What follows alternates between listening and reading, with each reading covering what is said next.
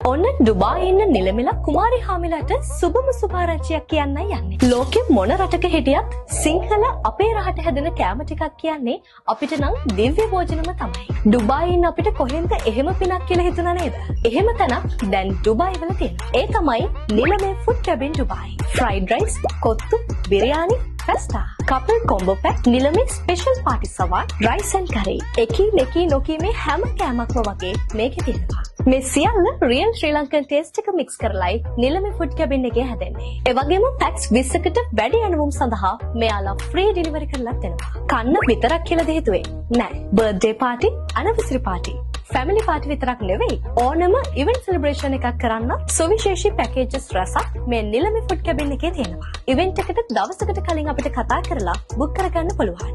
එහෙනම් අතේ ඇති ගානට රසදිව නැටගෙන ශ්‍රී ලංකන් අපේ රස මුසුවන සුපිරි කෑම වේලක රස බලන්න. ඔයත් අදම නිලමේ ෆුඩ් කැබින් එකට අමතක නොකර ගොඩ වෙන්න.